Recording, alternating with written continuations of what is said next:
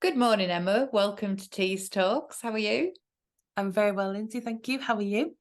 I'm great, thanks. It's so good. It's fantastic that you can be here this morning. The topic that we're wanting to talk about is it's just a discussion around whether you think that as a carer you can have a career as well. And of course, you're very well placed to talk about this, both personally and also from a wider view of knowing very many carers in our community in Teesside, specifically Stockton.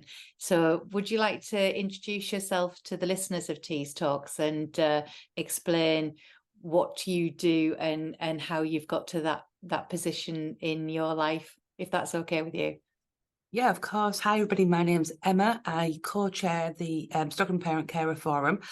So we're the recognised voice of parent carers of children with SEND 0 to 25 in Stockton.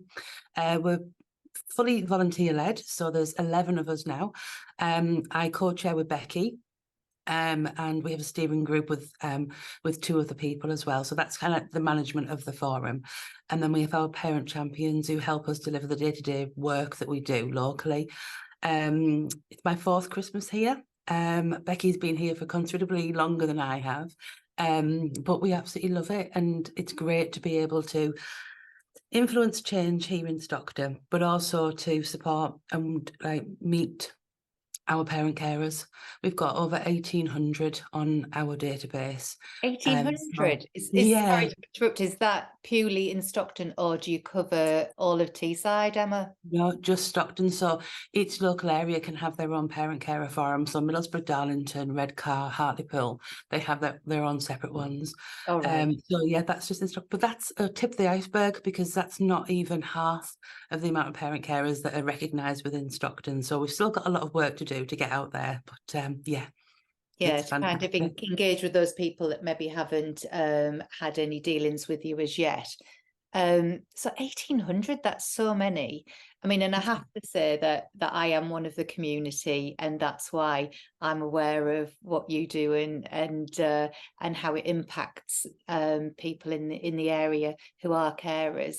It's a fantastic resource, and I just have to, worship you all and say, you do a fantastic job. And from my point of view, one of the things that I think very much stands out is you do bridge that gap between being an individual caring and bringing the community together, and linking with professionals that actually do make a difference on a day-to-day basis of the things that your young person does get or is not entitled to, but just it's awareness of things that are out there.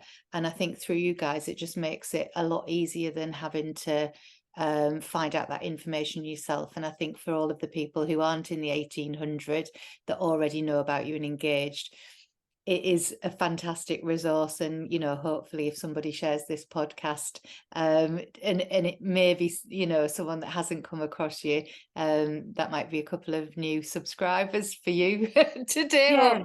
Yeah, thank you so much for your kindness. I think navigating the systems as a parent carer is the hardest thing ever because Yeah, nobody gives you a roadmap. You just get launched into this world that a lot of us weren't expecting to be in. And I think it's only from other parent carers, meeting them, listening to their experiences, finding out, where to go and who to go to, that makes it easier to navigate. So I suppose from our perspective, we're all parent carers ourselves on the group. And we've got a variety of experience over the years. We don't know it all. We never claim to. But we're a really good starting point as well. And we've got those relationships in place with other people, like professionals, so that we can put you in contact with them. So it hopefully, it's less challenging to navigate. We know that that's not always the case. We know it isn't. We know it's really, really hard still, yeah. budget cuts and everything like that. But we do hope that at least we can try and make some kind of dent into that to make it easier. Yeah, absolutely. And so from your point of view, you're here now. You said it's your fourth Christmas here, Emma. And Yeah. I please say if I'm sort of like honing in too much on your personal situation rather than an overview. And if you don't prefer that, then I'll pull back and we'll talk about an overview. But your fourth Christmas there, and like I said, what you do in that role and with that team is absolutely fantastic and invaluable. But this is maybe not where you expected to be, because you're in a new community because of circumstance. What's your background prior to becoming a carer yourself? Like professional, So talking career wise. yeah, so I started off with a passion for hospitality.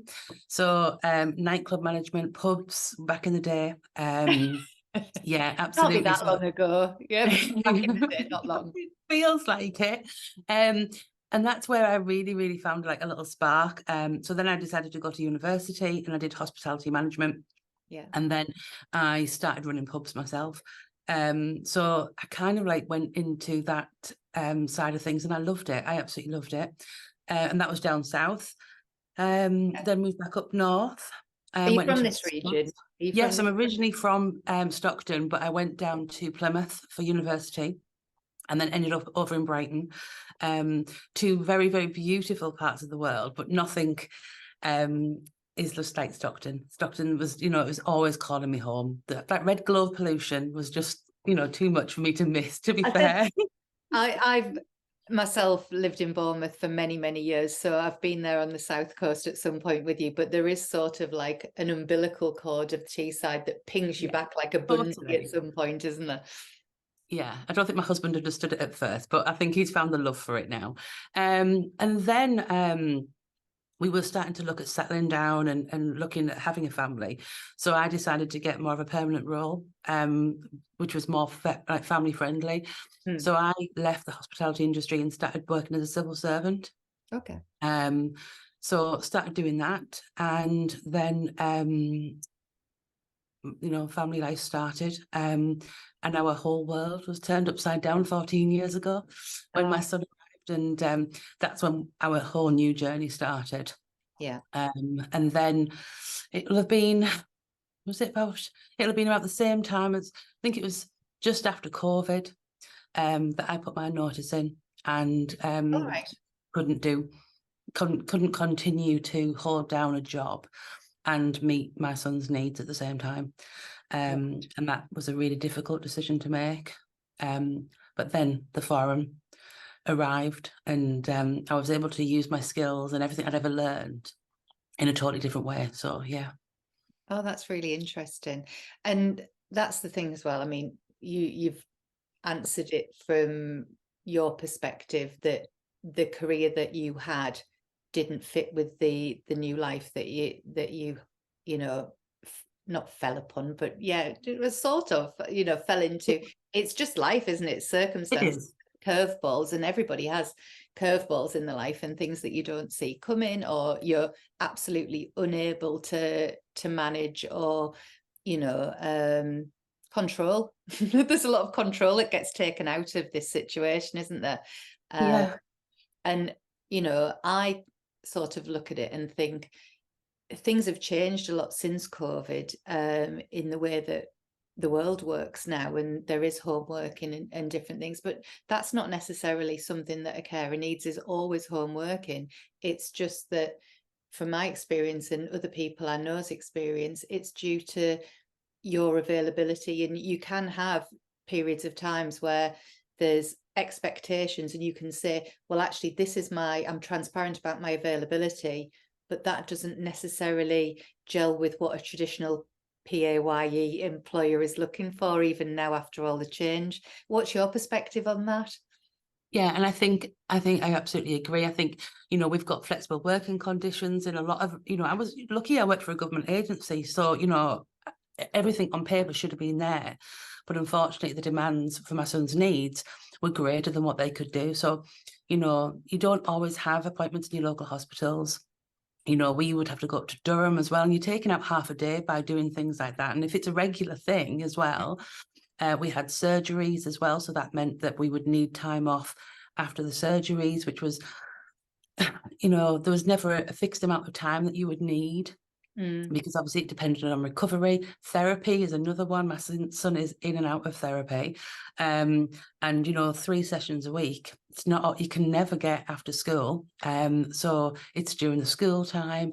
And as much as people can be accommodating, it comes to a point where actually you can't have every afternoon off. You can't be doing this and you can't be doing that. But I think from a personal perspective, you feel as if you're not giving to, as much as what you'd want to be given. You know that you're pulled, you want to go to work, you want to be this great employer, but you also know that you're not going to be able to be there, or you're late in because there's been an issue in the morning, or you've got another school meeting, therapies, medical appointments, managing an EHCP and school concerns.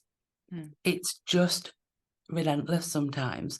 And that's then, you start to worry about how can you manage that and what you're going to do to go forward. And that was the catalyst for making the decision to leave, to be able to be there for his appointments and things, and which was really, really hard to do. Yeah, I know, because you're stepping off something that you've grown career-wise, and it is a big part of you. I mean, people would always say your family and that side of life does come first, and most people would say that and mean it, and that is true in a majority of cases. But a career and the identity that you've created within a career is a big part of who you are as well. Sometimes if you're lucky to have a career that you enjoy, and so it's difficult to step off, isn't it, and know that how are you ever gonna, you might never get back on that career, but it'll take you on a different journey, and that's taken you to where you are now. And I think also, when I used to go to work, I was Emma. For those time people that, we would talk about what was on the television. I would listen to other people's lives away from what I was experiencing at home. And it was just nice to be seen on a totally different level as mum or carer, or, all of it. As much as I adore those roles, it's nice to go in and have those conversations with adults about adult things that, that they were doing in their lives as well. So, you do lose part of your identity. And it's a big concern because you're losing your little social network as well. You become entourage to the person that you're with, and and that's fine, but it is different. And I think you do get a lot out of work. I mean, financially as well. I think a lot of carers who can't then go back to a career, then you don't get that financial reward of your financial worth within the marketplace. Just from talking to you now, you've obviously got a lot of skills and experience, Emma, and what you do within Stockton Parent Carer, I would imagine, gives you a lot of self-worth, because you are doing something that gives back to the community, and we're all reaping the rewards of not just yourself but everybody in the forum having those skills as well. But there was a time you went to work for money, and now that's sort of changed. And when you're a carer, financially it's just different. But I don't know what you think about that, because obviously you can go back to work, but it might not be the work that you were, the pay grade you used to have, and different things, because of course if you're a carer, maybe you have to go back in a job on a lower grade. I don't know, what are your thoughts on that, to do with reward of working in a different way now? I think it's multifaceted in the fact that, this gives me the freedom to be able to be there for my son, which is ultimately the role that we wanted. Financially, yes, it's been hard, but stress levels and everything linked to that has massively reduced, because I know that I'm not worried about getting into work at a certain time. I also know that I'm working in a team that I can just phone up on a morning and just say, look, I can't come in today, girls, and they all know exactly the same as well. So that takes the pressure off massively.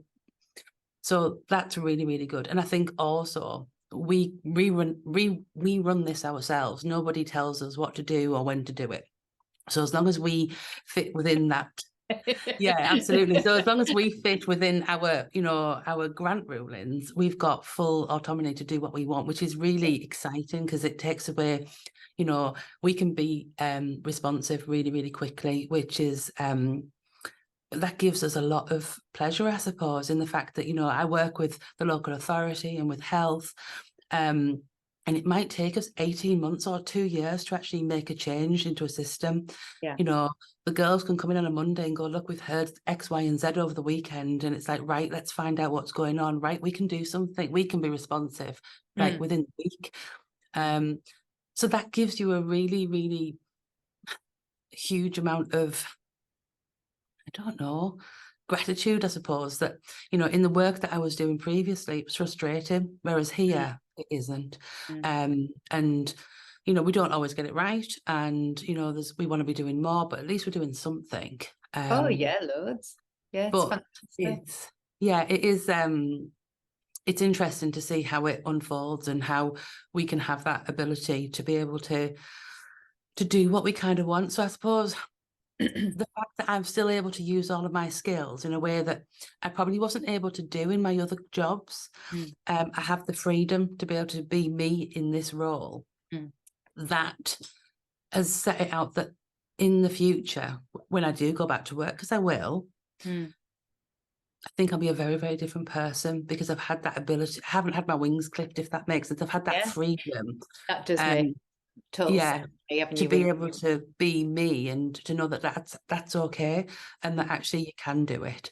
But I think that goes on having such an incredible team as well. That they're all in very similar situations. They're all professionals themselves whose lives have took a change and they've had to come out of work. So they've got so much experience and knowledge in lots of different areas and skills. But then they all get forgotten about, don't they? Because you become mum. You forget that you might have been a retail manager or whatever they were. So it's really nice to bring them on board and to actually capitalise on their skills and what they're really, really good at too. I mean, I'm sure that there are people that have managed to keep a career going or stepped into a new career even though they're a carer, because obviously every person who you're caring for has a different level of needs, and there isn't one template of well, I'm a carer and so that means I definitely can't have a career. There are going to be people who maybe have not less, but I always do this. I always go, not talk myself back, but there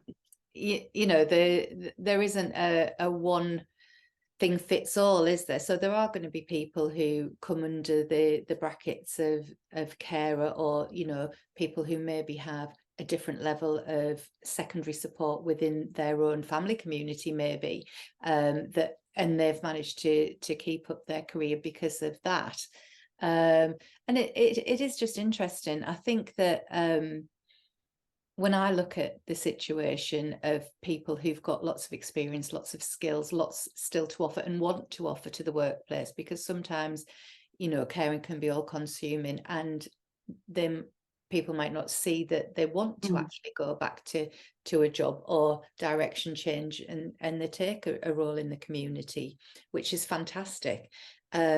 But I think from an employer's point of view, I think it's they're missing out, Emma. They're missing out on they're missing the trick. Totally. I was thinking about this last night. Of course, it comes to my mind quite a lot, and I chew it over. But you see on job descriptions that employers are disability confident, and that's great. But what about being carer confident? Yeah, Let's have a stamp for that. And I think that we do come with we do come with our challenges, don't we? We are going to ask for extra leave. We are going to need childcare during the holidays. We are going to have to finish early some days, and so I think that can be quite scary if you don't understand it. I always remember when I used to work in the pubs years and years ago, I always remember my mentor at the time talking about employment, and he was saying about women whose children are at school or can only, or maybe at nursery. And he was saying, a lot of people don't like employing them because they can only do certain hours and things like that. But for me, they cover the lunchtime shift. So, you know, they can come in at 12, they can go at 2, they can still do the pick up and drop off, but they're consistently there Monday to Friday. He said, and that's what I need. And it's like, it's just looking at people's skills and availability in a totally different way. And that really stuck with me, because I was like, yeah, people would be thinking, oh, childcare issues, X, Y, and Z. But actually, from a business perspective, they were able to fit a slot that a lot of people couldn't, which give you the freedom to use people at weekends when you needed them on a Friday and Saturday night. So yeah, and I think it is just the way, it's perception, isn't it? It's just the way that you look at an issue as such, because you can always make it fit. It's just how you, I suppose, are confident in doing that as being an employer. Yeah, I mean, that's what I was thinking, is that you just need to have, you're not going to be able to get everybody into employment that wants to be in employment that has got as many challenges as we have to do with times and availability. However, if you've got broad-minded employers that are decision makers within organizations that kind of could see an opportunity there to utilize these people who are not you know, in employment, and have that flexibility in a way that a carer could you know, gel with, I think that would be fantastic. I mean, prior to me being in a caring role and prior to being married, one of the jobs that I went for, I was tourism marketing manager of a town on the south coast, and I went for that role, and there was only one job, but the person who was in charge of the interview was obviously quite high up in the local government, and he saw that he wanted me in the role. But also, when I turned up on day one, they'd hired another person, so they'd created 2 full roles. They hadn't even halved the roles. They'd seen that the 2 personalities actually fitted together so well that it would create a much better proposition for their team than just taking one of us and pushing the other aside. You know, we had complementary skills. So I turned up and I was like, "Oh, you got the job," and she's like, "You got the job," and it really worked out. We were best of friends. We were like yin and yang within the role. But to have somebody that's broad-minded, that would then have similar feelings about understanding to do with carers, and I think, just from my experience of the way that Stockton Parent Carer Forum run yourselves and correspondence, because again, my background's a little bit to do with communication, and I really you know, value that grassroots communication with people and the target audience. And so if I were to email you, you do get like the email bounce back of very easy to understand, this is my availability, this is what's happening, and you have that communication without even speaking to you. Whereas, I know I'm gibbering on here, but when you speak to people who actually work in a PAYE role in organizations, they're getting paid a lot of money to be in jobs, the communication with people is terrible. You don't know where they are you going to hear back from them? But the way you guys run yourselves in a volunteer role is just like so professional, and I, you know, that's worthy of a shout out for my Oh, that's really, no, that's really lovely. And I think that when we first started to develop this stage of the forum, communication was right up there, you know, and, you know, like I say, we don't always get it right, but we want to make sure that people feel listened and heard, because that's what we were hearing from families, is that they don't feel listened and heard. So if you're going to make a comment on Facebook, then we're going to answer that. We're going to try our best to respond to it and answer it, which can be quite time consuming at times. When you there was one we did a couple of years ago, and I can't remember how many responses we had, but we started it off by giving everybody a different response, so that people knew that we weren't just giving them a generic response. And it got hilarious by the end of it, because I was really struggling for things to say, you know. You're getting the thesaurus out. Yeah, but yeah, exactly what words haven't I used. But it's really, really important, if somebody's going to speak up or say something, that we do respond. We do have our time constraints, obviously, because we're not, you know, available all the time, but we do try and make sure that that we are getting back in touch with people, and we check in with people as much as we possibly can, because being heard and listened to is a fundamental. And you're right, it's really, really frustrating when that's not replicated in other areas as well. And that's what parents shout about the most, is that, you know, why can't they just return my phone call? Why can't they just acknowledge my email? Yeah. Because it's stressful when people don't keep in touch with you. So yeah, it's, you know. Yeah, for me, it's expectation. So, you know, if somebody tells me I'm not going to get back in touch with you for 11 weeks, then I can wait 11 weeks quite happily, but as long as it's not an urgent thing. But, you know, you understand that. But why people don't do that in the working world is beyond me. I think sometimes when you've taken a step out of different things and you've had experience and a lot of life experience that you maybe wouldn't have had if you'd been on a journey that you thought you were going to be on, you know, you've kind of got a level of maturity that I think you bring back to any role, really, so personal or working. And I think it's also passion as well. You know, I think lived experience is something that you can never underestimate.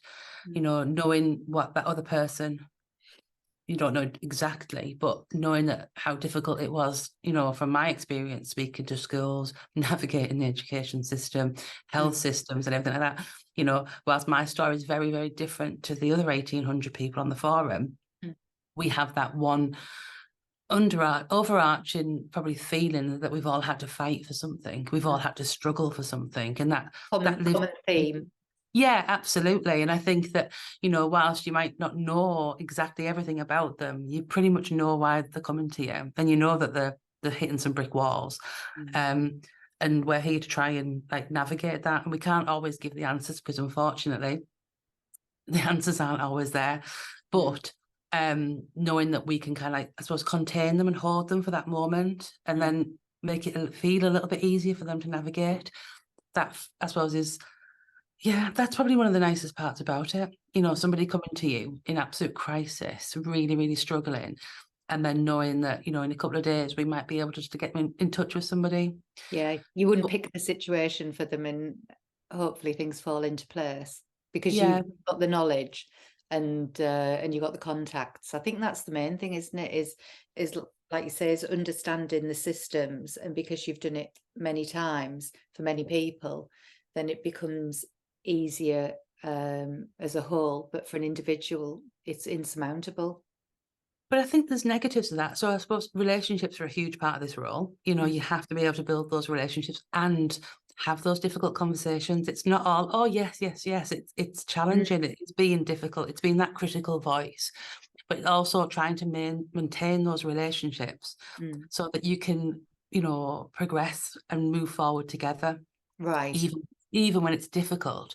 But I suppose the frustrating part about it is that it shouldn't be a case of that you can come to me or the team and say that you're having concerns and then we can get you a response within 24 hours when other networks haven't worked for you. Like, so if you've gone through official networks to try and speak to somebody, and they haven't got back to you, you shouldn't then have to come to us and then get a response within a day, if that makes sense. Because it absolutely it should be responsive already. We shouldn't have to be, you know, we're no different to anybody else. It shouldn't be like you're the version of sending the lads round. Totally. If we're getting the Stockton Parent Carers involved. Oh, okay, you know. And it's lovely that people, you know, it's lovely that we have that relationship with the, you know, the heads of services. It's really, really great that we have that relationship. But wouldn't it be even better if other services and staff picked up first and that they didn't have to go? Yeah, totally. And that parents didn't feel the need to have to go through complaints processes. They didn't have to write to their MPs and their, you know, elected members, and that they could just be heard and listened to right from the start. Yeah, it would be really great if there ended up being a few people who are the exception to the rule in terms of not being serviced correctly, rather than it being the opposite way around. There's a sea of people who feel like they're not being serviced correctly, and, you know, a couple of people are managing to do it on their own. I mean, you know, my experience has been that people generally don't want to cause you difficulty, and they don't want to upset the life that you've got. And it's just understanding, isn't it, and making sure you get to the right people and and they help you out. It's interesting to think about, like, as an overview of the 1,800 people you've got in our area in Stockton, how people move forward in their development personally, whether it be career development. What have you found of our local community, how they deal with being in the situation of being a carer? I think firstly, they're so resilient. They are an absolutely amazing community. And I think then we start to see them kind of unfold a little bit, and it gives them chance. We have a lot of creative parent carers, really, really creative, who are into art and crafting and do all of these magical things that I can't even, stick a glue gun together. But they kind of, like, I suppose, I don't know if they use that just for a lot of them have like little self businesses, or I think they get quite a lot of enjoyment from it as well. We see a lot of parent carers continue to do training as well, and they get really interested in Zen. So a lot of them do a lot of the training courses and the employee educational courses that are available around autism and things like that, because to grow their own knowledge, not from being a parent carer, but just from a wider perspective. And then we see parent carers who, I suppose, have had that calling and then, want to get into the STEM world in a different way and give back. So that, the majority of the charities locally are run by people who have got lived experience, and obviously trying to meet a need that they didn't have for their children or young people or their family. So we see a lot of parent carers getting involved with that, and if they, a lot of volunteers wanting to give back, I suppose, to people. But then we also have, amazing, parent carers who are managing to hold down that career, that job. And, we have doctors, we have, we have tattoo artists, we have, it's such a breadth of skills. Yeah, absolutely, and I think, but you also have those families who just dedicate their lives to their family and getting through, and the challenges that faces. And that's a real commitment again in itself, because that's a choice that they've made for the benefit of their family, and it's a really, really difficult one. But then again, they always end up fundraising or giving back and doing some creative things, and that I wish they got more credit than they do. If people could really sit and see what all of these people were doing just to get through the day. On top of everything else, they haven't slept for 4 years. They probably haven't had a warm cup of tea for quite a while. But here they are, building their empires or holding down careers or supporting their families in whatever way they possibly can. It's remarkable, really. Because I think what some people might not realise, because they've not lived that path, is that not only is it appointments and therapy and face-to-faces with people and education, but it's also the paperwork that comes with all of these things, and the booking the appointments and the rescheduling and all that, well, you want us on that time, but actually we can't do that, and you've got to prioritise your person's needs as well. And so you have got lots of parents and carers might not realize that the skills that they've got in organizing the life that they're faced with is actually stuff that is transferable into any business, whether it be a PAYE company that you're moving into, or whether it be setting up your own self-employment business. Like you said, lots of creative people are within the community, and they may be able to do that for themselves and earn a little bit of money as well. And so those skills are all, very important in building you as a person, aren't they? So it's just interesting. And I think, we've got an army of mini PAs running around, haven't we? All, managing appointments, dealing with financials, getting to places on time, and, and dealing with different people and different perspectives. Mini PAs, there they are. They're all there doing it, as challenging, as hard as it is, they're doing it. So, yeah. So it may not be as traditional on your CV as I have just come from blah de blah and I'm moving into this job. It's like, look, I've been doing it in my life and I rock at it. Yeah, totally. Look what I can navigate. I Yeah. can do it all. 3 appointments in 1 week, easy. So what sort of things are you looking forward to in 2024, and what are the big challenges that you think you faced with Stockton Parent Carer Forum? So we are now in Christmas mode. So Christmas has officially started at the forum. So we're delivering on that now. We've just completed Mission Christmas. So by the time we get to Christmas, I think we'll have hit 200 children. So what does that mean? Can you explain to people that don't know what that is, Emma? Yeah, so 4 years ago, my first year here, prior to my arrival, we didn't really get any outside funding or deliver on projects and things. That's something that I used to do in an old role, and something that I found that I was quite good at, and applying for money and getting it. Yeah. So that was quite good. But it's quite scary doing that. But we were approached by, I think it was Becky was approached by the Hartlepool Giving Tree at the time. Okay. And they had presents and gifts for children who are vulnerable, who may not get a good Christmas. So we decided to take a plunge, and we decided to go for it. And ever since, we've done that every year. So now we do it with Mission Christmas, which is cash for kids. Oh yeah. So we make an application for amount of children based on what we've had the year before. Yeah. And then we go up to Newcastle and we collect all of the gifts, and then we bring them down to Stockton, and then we make sure that they go to those families that are really struggling over the Christmas period That's for brilliant. whatever reason. Yeah.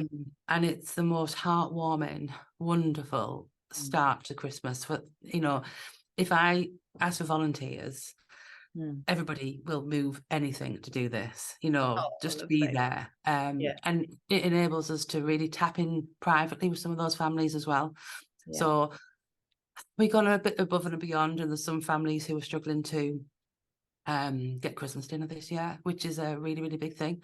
From a mum and dad's perspective, Yeah. being able to get Providing that. practice, not being able to do all of those things.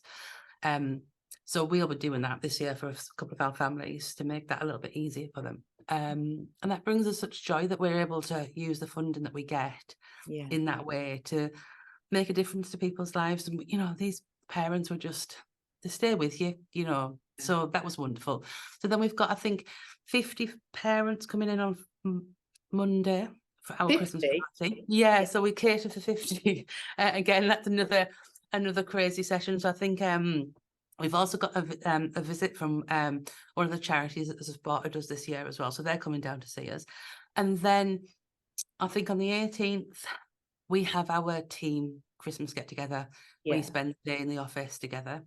And then looking forward to next year, it's pretty much more of the same. I think it's there's a real buzz around inclusion at the moment, and really taking that onto new levels within the local area. So that's a In big what push. sense inclusion in which way? In the community, in education, or everywhere? How Everywhere, yeah. Just making sure that that everybody is included in yeah. every single way. That life should be, there should be no reason why nobody could do anything, But I think we know that there's so many barriers out there. So I've just been in a meeting earlier this morning where they're rolling out some disability awareness into schools for PE sessions, because we have a high proportion of children with SEN who don't attend PE sessions, Right. and that really struggle with it. But actually we can accommodate that, reasonable adjustments, if you've heard me talk about them before. But we should be making reasonable adjustments for every person, not just children, because Yeah. we're all very Yeah, individual adults, and yeah. different. So I suppose it's trying to get that out there more, being responsive to what parents need locally. So we keep our core program going through with all the professionals. We're doing some big PFA work as well, preparing for adulthood, because that's a really, really big key. Yeah. That Had a needs great to event start last year as for well. that, didn't you? And Yeah, you've got all of the colleges and employers all come together, and you kind of find out what's next for a young person as they transition into adulthood. That's brilliant. yeah. So we're doing the same one again on February the 1st. in the same venue at the Employment Hub in Stockton. And that's great because that's over 40 services coming together, working together, networking, but also, I mean, we have the schools come as well, so we have the young people come down, which is just wonderful. They like all the freebies, they like all the stress balls and the what, but also we've ordered extra this year. Yeah, I was there when a busload arrived. A busload of the school arrived, and they were straight in at the tables getting everything. So yeah, always got Haribo, and there's always like a little torch or something as well. And then I think locally we've got quite a lot of change at the moment. So the CCG, which was the commissioners from health, have now changed over to the ICB. So there's still a lot of ways to navigate that and about what their priorities are. The local authority, we're seeing the Director of Children's Services. We've got a new one starting in the spring. So that will bring change as well, which will be exciting. It's been, change is always difficult to navigate. But I suppose having those strong relationships already means that you can carry on doing what you're doing. So we'll probably need a lot of flexibility next year to make sure that our priorities are heard alongside everybody else's, because that's the other hard thing as well, isn't it? Everybody wants to focus on X, Y, and Z when actually parent and carers want you to focus on this because this is what makes a difference now. And then and I think we're looking forward to we've done the groundwork and just see where we need to go next and see what comes up. Neuro pathway will always be top of the list, waiting lists. Will always be hard. Navigating schools and the EHCP system will always be a challenge. So, a lot of the things remain constant. They never change. They're always there. But there'll be some additions in there, no doubt. Yeah.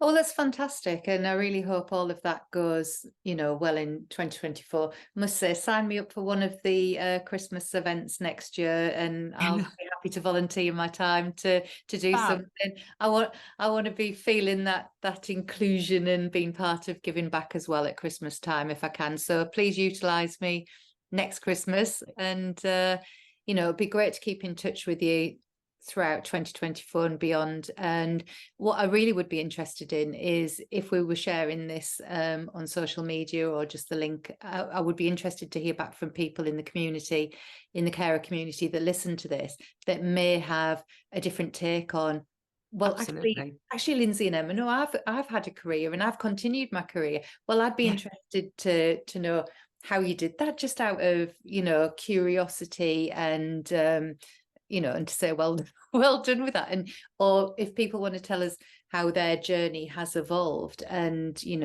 and they've changed direction with what they do, whether it be a career or, something that they're passionate about, like you were saying. So, it's quite an interactive thing. We've had a nice conversation here. I've learned a lot, and I'm sure people that don't know much about Stockton Parent Carer have learned a lot. And now we know that also there are equivalents in the other boroughs within Teesside as well. But please comment or direct message me, and it'd be good to build up that knowledge around careers in Teesside for carers. And you never know, there may come a time when people have a carer confidence stamp on the thing, and we can say, well, we started that. How amazing would that be? That'd be amazing. It would be great. And then it'd be really interesting as well to maybe share some of the training courses that you do for carers on Tees Talks, and be able to share that with people that maybe don't know about it or haven't seen you on their line of social media previously. Yeah, by all means, put the link up to the website, and then that's a really good starting point. So yeah, brilliant. Thank you so much. Anything else you want to add, Emma? No, it's been great chatting to you. So thank you so much. It's been really, really lovely. I really appreciate you taking the time to speak to me, Emma. You're a busy lady and you've got a lot on your plate, and you do it all very well. So happy Christmas. And to you too. Merry Christmas.